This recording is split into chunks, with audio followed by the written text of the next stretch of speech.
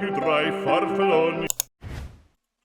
무게중심에 대해서 설명을 하기 전에 왜 무게중심이 생기는지부터 얘기를 좀 하자면요. 일단 우리가 지구에 살고 있잖아요. 그래서 지구는 이제 물체와 생명체들을 다 자기한테 잡아당기는 이제 중력이라는 힘이 있어요. 대기권 안에만 있으면은 무슨 물체든지 간에 다 지구로 잡아당겨지게 되죠. 그래서 아무리 높이 공을 던져도 다시 땅으로 이렇게 떨어지잖아요. 그죠? 대기권 돌파하지 않으면.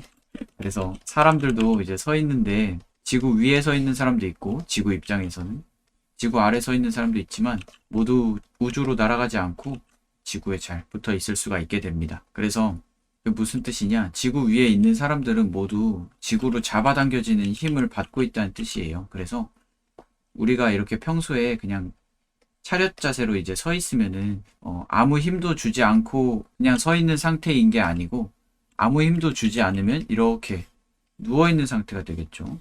중력 때문에. 이거는 지금 우리 몸 무게만큼 바닥으로 잡아당겨지고 있는데 지금 다리로 그 잡아당겨지는 힘을 동일한 힘으로 지탱하고 있는, 저항하고 있는 상태라고 볼 수 있겠습니다. 그래서 요럴 때 이제 무게중심이 생기게 되는데 무게중심이 과연 어떤 식으로 생기게 되는지 그거를 이제 한번 볼 거예요. 우선은 가장 간단하게 시소를 좀 생각을 하면 좋습니다. 시소가 우리가 흔히 볼 수 있는 저울 형태잖아요. 시소로 무게중심을 맞출 수가 있는데 시소는 보면은 땅이랑 평행해 있어요. 바닥에 안 닿아 있고 중간 부분을 기준으로 이렇게 떠 있잖아요. 그죠? 그래서 시소는 무게중심이 제대로 맞춰져 있는 상태라고 볼 수 있겠죠. 여기가. 그런데 여기에다가 이제 뭔가 물체를 올려놓기 시작하면은 더 무거운 쪽으로 시소가 기울잖아요. 그래서 요걸 가지고 한번 머릿속으로 한번 실험을 해볼 거예요. 두 개의 물체가 있는데요. 얘가 20kg짜리 무게를 가지고 있는 두 개의 물체가 있어요. 얘를 시소 위에다가 올렸을 때 시소가 어느 한쪽으로 기울지 않으려면은 어떻게 올리면 될까요? 양쪽에다가 올린다고 생각을 했을 때 중앙에서 같은 거리만큼 떨어지게 올려야 어느 한쪽으로 기울지 않고 무게중심이 맞을 수가 있습니다. 만약에 하나를 이렇게 더 가까이에 올린다고 생각을 해볼게요. 이렇게 되면 어디로 기울까요, 시소가? 툭, 슥, อี, 우당탕, อี. 그래서 무게가 같아도요, 중심에서 더 멀어지면요, 거기가 더 부하를 많이 받잖아요. 그래서 우리가 뭔가 물체 같은 거 들 때도 우리 몸에 최대한 붙여서 드는 게 편하고 멀리로 이렇게 들려고 하면 엄청 힘들거든요. 무게 중심을 기준으로 같은 거리만큼 있어야 이제 같은 무게감을 부하를 줄 수가 있고 중심에 가까이에 있는 애일수록 이제 덜 부하를 준다는 거죠. 그래서 요 첫 번째 중심축에서 같은 거리만큼 떨어져 있는 같은 무게의 두 개의 요 물체의 상태, 요게 이제 우리가 흔히 생각하는 무게중심의 대칭형 무게중심입니다. 대칭형은 이제 이런 걸 얘기하는 거예요. 군인들 차렷 자세로 서 있는 이런 게 이제 대표적인 대칭형 무게중심입니다. 무게중심에는 세 가지 무게중심이 있는데요. 그 중에 첫 번째 대칭형이라고 생각하시면 됩니다. 이미지로 좀 보자면은 이런 게 이제 좌우 대칭형입니다. 이제 발이 둘 다 바닥에 닿아 있는데 왼쪽과 오른쪽에 이제 비슷한 정도의 무게를 견디고 있어서 골반도 거의 수평이고 그래서 척추도 올곧게 펴져 있고 어깨도 거의 바닥과 평행하는 이런 형태가 된다는 것. 그리고 어깨가 똑같은 데서 시작하니까 팔꿈치나 손목 같은 데도 이제 다 똑같은 위치에 오게 되겠죠. 무릎 같은 데도 그렇고요. 그래서 이런 형태의 무게 중심이 이제 바로 좌우 대칭형이라고 할 수 있겠습니다. 그래서 대칭형은 어떨 때 많이 쓰느냐? 어떤 군대 같은 걸 그릴 때나 차렷 자세로 꼿꼿이 서 있는 이런 군대 같은 걸 그릴 때나 아니면은 뭔가 그 캐릭터 시트 같은 거 그릴 때 이제 3D로 만들기 위해서 참고하는 어떤 캐릭터 시트 같은 거 그릴 때 이렇게 좌우 대칭으로 된 형태들을 보고 그리는데 이런 것들 그릴 때 요럴 때 이제 사용하는 그 형태라고 보시면 되겠습니다. 그래서 뭔가 리듬감은 좀 덜하지만 어떤 형태적인 부분에서 혹은 디자인적인 부분에서 좀 참고하기 가장 좋은 상태라고 보시면 되겠습니다. 두 번째는 하나만 올릴 건데요. 40kg짜리를 하나 올릴 거예요. 얘를 딱 올렸을 때 시소가 땅과 평행하려면 어떻게 올려야 할까요? 시소를 가운데에다가 이렇게 올리면 알아서 절반이 나눠지면서 시소의 좌우 무게가 유지가 되겠죠. 그래서 요거를 외발형이라고 부릅니다. 그래서 외발형에는 두 가지 경우가 있는데요. 하나는 진짜로 외발로 서 있는 경우, 이렇게 진짜 외발로 서 있는 경우가 있고요. 두 번째는요, 이제 모델 워킹 하듯이 발이 일직선상에 있는 경우가 있습니다. 두 가지가 있습니다. 직선상에 발이 있거나 혹은 진짜로 한 발로 서 있거나, 이게 이제 외발형의 무게중심입니다. 그래서 요 무게중심에서는 간단합니다. 대칭형이랑 뭐가 다르냐면은, 이제 대칭형은 양발이 이제 50%씩 무게를 견디고 있잖아요. 그러니까 당연히 요 두 개의 정중앙이 무게중심이 된단 말이죠. 요 시소처럼. 근데 외발형은 이제 하나만 무게를 견디고 있어요. 그러니까 여기에 100%가 다 있겠죠. 그러니까 얘는 뭐 옆으로 가거나 그러지 않고 요 안에서 이제 정중앙이 무게중심이 되겠죠. 요 안에서 정중앙. 그래서 요렇게 무게중심이 되는 겁니다. 이제 이미지로 보자면 뭐 요런 이미지입니다. 두 발이 한 선상에 이렇게 있어서 요 한 부분에 100%의 무게가 다 집중되어 있는 경우, 이럴 때는 요 바닥에 닿아 있는 부분이 이제 바로 무게중심이 되면서 요 왼쪽으로 튀어나간 만큼 오른쪽으로도 비슷하게 튀어나가야, 그래야 이제 안정적인 형태의 무게중심처럼 보여지게 됩니다. 그리고 뭐 요런 거 이제 한 발로 서 있을 때도 바닥에 닿아 있는 부분에 이제 100%의 무게가 다 실려 있기 때문에 여기를 이제 기준으로 왼쪽이 가지고 있는 무게와 오른쪽이 가지고 있는 무게가 이제 비슷하게 나눠져야, 그래야 어느 한쪽으로 넘어질 것 같지 않은 상태가 되는 겁니다. 그래서 이런 식으로 이제 외발형 무게중심을 좀 보았습니다. 그래서 무게를 이제 견딜 수 있는 범위, 그게 이제 바닥에 닿아 있는 요 범위인데요. 요 대칭형 같은 경우는 요게 이제 견딜 수 있는 범위가 되는 거고요. 사각형 툴로 하자면 요게 얘네가 이제 견딜 수 있는 범위가 되는 거고, 외발형은 여기가 이제 견딜 수 있는 범위가 되는 거예요. 이렇게. 그러니까 대칭형에 비해서 외발형은 훨씬 덜 안정적인 형태라고 봐야겠죠. 그래서 요 무게를 견딜 수 있는 범위 밖으로 이만큼이 나가면요, 그 반대쪽에 비슷한 만큼 나가야 이제 안정적인 형태로 보여집니다. 얘도 마찬가지. 이만큼 나가면 이만큼 나가야 돼요. 그래서 요 무게를 견딜 수 있는 범위 바깥으로 비슷한 정도의 비중이 좌우에 나눠져 있어야 점점 더 안정적으로 보이고요. 무게중심에 가까울수록 더 안정적으로 보입니다. 어떤 형태들이. 그래서 이런 대칭형 안에 이제 모든 형태가 다 들어와 있으면 요런 건 이제 엄청나게 안정적으로 그림이 보여지게 됩니다. 네, 그 다음에는 마지막입니다. 만약에 10kg짜리랑 30kg짜리가 있다고 생각을 해보시고, 얘를 시소에 올렸을 때 땅과 평행을 만들려면 어떻게 해야 될까요? 네, 맞습니다. 요렇게. 그래서 30kg가 중앙 무게중심에 가깝고 10kg가 무게중심에서 멀어지면은 이제 그러면 시소가 유지가 돼요. 요거는 이제 세 번째. 얘를 이제 우리가 짝다리형이라고 부릅니다. 그리고 이거를 콘트라포스토라고 불러요. 요 보통 그림을 그릴 때는요, 콘트라포스토가 들어간 짝다리형 그림을 제일 많이 그립니다. 왜냐면 이렇게 그렸을 때 골반이랑 어깨가 리듬감이 생기면서 그림이 재밌어져요. 그래서 요거를 한번 보자면요, 요런 식으로 그려집니다. 요런 느낌으로 그려집니다. 그래서 얘 같은 경우는 딱 봤을 때 이제 요렇게 생각하면 돼요. 양쪽 발이 자기 몸무게만큼 바닥을 지탱을 하고 있어요. 그래서 이 사람이 만약에 40kg인 사람이에요. 그러면은 한쪽 발이 만약에 한 30kg를 견뎠다. 그럼 나머지가 10kg 정도를 견디면 되겠죠. 무게를 견디는 정도가 얘는 30kg만큼 밀어내고 있고 얘는 10kg만큼 밀어내고 있어요. 그래서 골반의 높낮이에 차이가 생깁니다. 당연히 더 강한 힘으로 밀어내는 쪽 골반이 더 올라가겠죠, 위로. 그래서 이렇게 골반이 틀어져서 보통 한쪽이 더 많이 올라간 상태, 요거를 이제 보통 짝다리형이라고 부르고, 그곳이 이제 무게가 많이 실려 있는 쪽 발입니다. 그래서 무슨 일이 일어나느냐? 골반이 이렇게 기울어지잖아요. 그러면은 척추가 이렇게 기울어져서 나올 거 아니에요. 그죠? 골반이 기울어졌으니 척추가 기울어져서 나옵니다. 그러면 이제 자연스럽게 척추가 그대로 이렇게 빠져 있으면은 그러면 되게 불안정한 자세가 되죠. 이렇게 해버리면 이쪽으로 넘어질 것처럼 되잖아요, 몸이. 그래서 이러면 이제 자연스럽게 이제 무게중심을 맞추기 위해서 척추가 몸 안쪽으로 이렇게 들어온다는 거죠. 그러면 이제 어깨 라인이 이렇게 휘게 됩니다. 그래서 만들어지는 게 바로 이 라인입니다. 어깨랑 골반의 요런 마치 찌그러진 캔 모양 같은 요런 모양의 라인.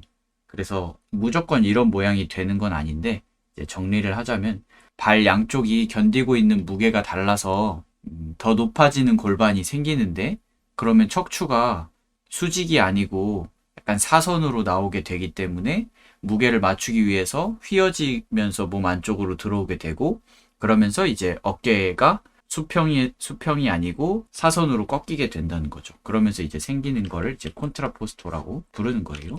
그래서 요게 이제 짝다리형의 가장 기본이고 발은 이제 이렇게 바깥으로 나갈 수도 있지만 이렇게 안쪽으로 들어올 수도 있습니다. 뭔가 이런 식으로. 혹은 앞이나 혹은 뭐 뒤로 갈 수도 있고요. 이렇게 뒤로 갈 수도 있고. 그래서 발의 위치는 조금씩 변화할 수도 있다는 거. 그래서 짝다리형은 이제 무게중심이 어떻게 잡히느냐? 요거랑 똑같습니다. 무게가 더 많이 실려 있는 쪽에 더 가까운 무게중심이 생기게 됩니다. 그래서 무게중심이 이런 식으로 들어가게 되는 거고, 그림을 좀 보자면 뭐 이런 겁니다. 다리를 보시면은 이제 이쪽은 여기까지 골반이 올라와 있고 이쪽은 여기까지 골반이 있습니다. 그러니까 각도가 지금 이렇게 되어 있는 거죠. 그래서 골반이 더 높이 올라와 있는 쪽의 발이 이제 더 무게를 많이 딛고 있는 쪽이고 반대쪽은 이제 무게를 좀 덜 딛고 있는 쪽입니다.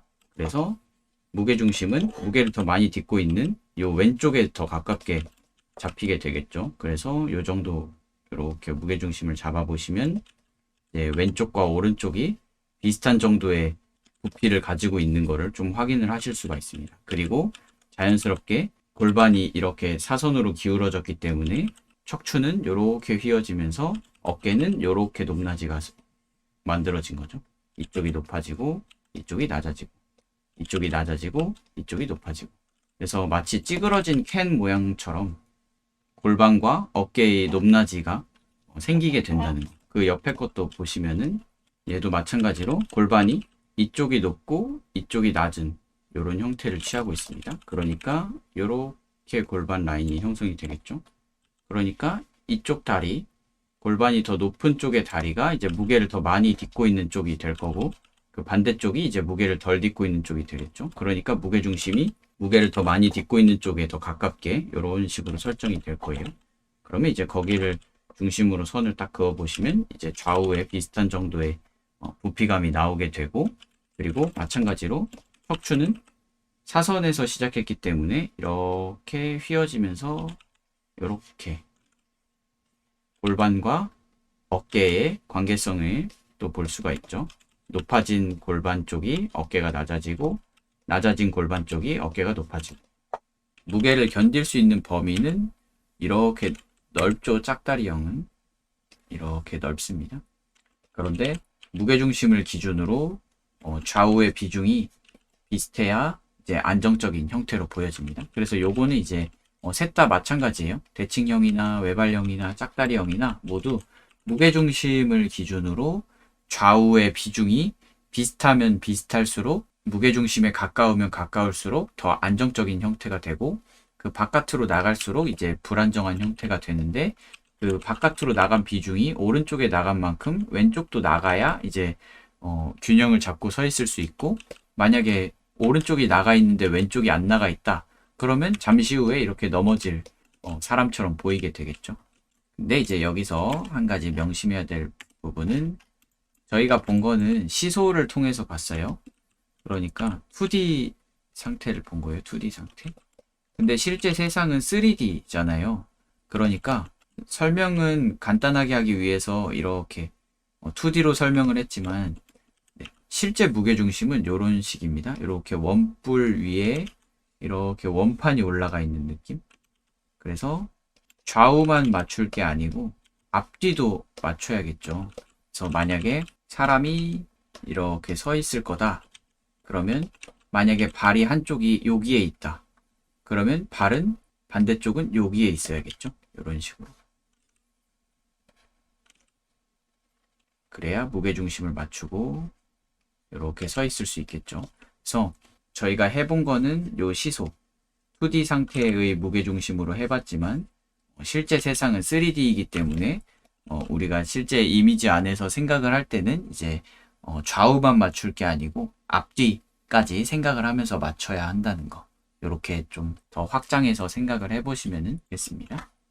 정면에서 바라보는 형태들 혹은 후면에서 바라보는 형태들은 이제 좌우에 있는 발만 보고서 이제 할 수가 있는데 얘네를 이제 회전시킨다고 하면은 그러면은 이제 저 원뿔형 위에다가 올려놓은 원판처럼 그 위에 이제 사람이 올라가 있는 형태를 상상하면서 무게중심을 잡는다는 이야기입니다. 그래서 뭐 이런 식으로 요건 이제 같은 포즈의 다른 각도거든요. 그래서 보시면은 얘 같은 경우는 이제 발이 바닥에 여기에 붙어 있잖아요.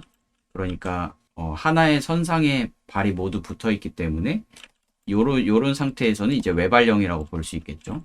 그러면은 여기에 100%의 무게가 다 실려 있으니까 여기가 무게중심이 되고 그러면 여기를 기준으로 좌우에 비슷한 무게가 실려 있으면 안정적인 상태로 볼 수 있겠죠. 그리고 얘 같은 경우는 이제 좌우에 비슷한 정도의 무게가 실려 있는 상태니까 이제 좌우 대칭형이라고 보고 중간쯤에다가 무게중심을 잡아주면 이제 좌우가 비슷한 정도의 무게가 실려 있는 걸 보실 수가 있겠죠. 이런 식으로 각도가 틀어졌을 때 우리가 바라보는 세상은 이제 요 화면은 이제 2D이기 때문에 우리는 결국 이 형태가 3D처럼 보이기는 하지만 실제로는 2D란 말이에요. 그래서 요 시소 원리를 좀 적용시켜서 무게중심을 찾는다고 생각하시면 될 것 같습니다. 이제 서 있는 무게중심을 좀 봤으니까 앉아 있는 무게중심을 좀 보자면은 이제 사람이 서 있을 때는 발이 2개밖에 없고 바닥에 이제 닿아 있는 면적이 그렇게 넓지 않기 때문에 무게를 잘 잡아야 돼요. 그리고 무게중심이 중요하죠. 근데 이제 앉아 있는 상태 이런 식으로 앉아 있는 상태일 때는 이제 다리에서부터 뭐 허벅지, 종아리, 허벅지, 뭐 발, 엉덩이 이렇게 바닥에 닿아 있는 부분이 넓어지잖아요. 이렇게. 그러면은 무게가 되게 많이 분산이 되겠죠. 그래서 이러면은 이제 무게가 되게 안정적인 상태가 됩니다.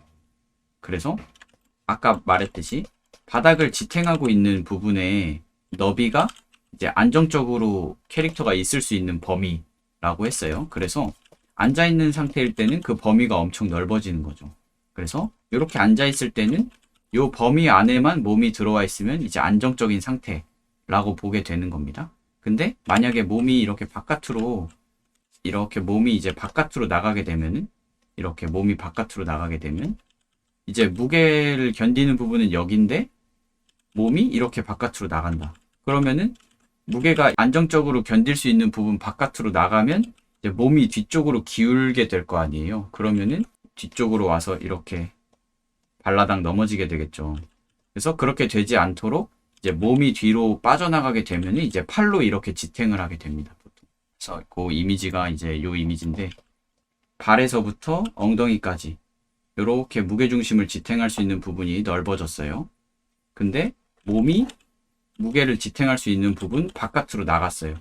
그러니까 얘가 이제 뒤로 넘어가지 않도록 팔이 이렇게 내려와가지고 얘를 지탱하게 되었다는 거예요. 그래서 이런 식으로 왜 팔이 여기를 짚고 있는지, 왜 쟤는 팔을 안 짚고 있는지 이런 것들을 이제 좀 볼 수가 있다는 거죠. 그러니까 예를 들면 이런 것도 비슷한 겁니다.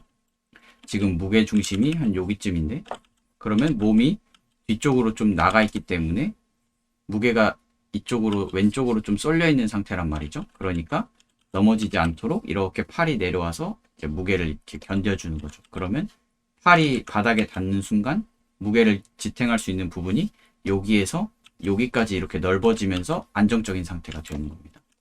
그래서 뭐 이런 식으로 바닥에 닿아 있는 부분이 이렇게 넓으면 넓을수록 이제 그 안에 안정적인 상태로 있을 수 있는 범위가 넓어지면서 더 안정적인 형태의 무게중심이 되는 거예요. 그래서 보통 그 안정적인 상태의 포즈를 그릴 때는 삼각형을 좀 기준으로 그립니다. 그래서 뭐 이런 식으로 바닥에 닿아 있는 면적이랑 이제 위쪽으로 가는 형태가 이런 삼각형 느낌이 되도록 그리면은 제일 안정적인 느낌의 그림이 되고, 이렇게 외발형처럼 무게를 견딜 수 있는 부분이 좁으면 좁을수록 이제 쉽게 넘어질 수 있는 상태이기 때문에 보는 사람으로 하여금 조금 더 긴장감 있는 느낌을 주겠죠. 그래서 이런 외발형 그림을 그릴 때는 왼쪽으로 벗어난 만큼 오른쪽도 비슷하게 벗어나게 그려줘야 이제 보는 사람들이 이제 불안하지 않고 그림을 안정적으로 느낄 수가 있게 됩니다. 그래서 이렇게 몇 가지 무게중심 형태를 좀 봤고요. 말로 설명하니까 어려운데 실제로 그려보면 또 그렇게 어렵진 않거든요. 왜냐면 훨씬 그 이론적인 측면보다 감각적인 측면이 크기 때문에 우리가 느끼기에 뭔가 위태로워 보인다 이러면 고치면 되고, 우리가 느끼기에 안정적으로 보인다 그러면 잘 된 거거든요. 그래서 요거는 이제 실제 이미지 안에서 어느 정도 부분으로 와야 안정적이고 어디쯤이 무게중심일 것이고 뭔가 이런 거를 짐작해보기 위해서 좀 해본 거고. Non più tra i farfalloni amoroso, notte e giorno di torno girano, delle belle turbando al riposo, ma ci sei quando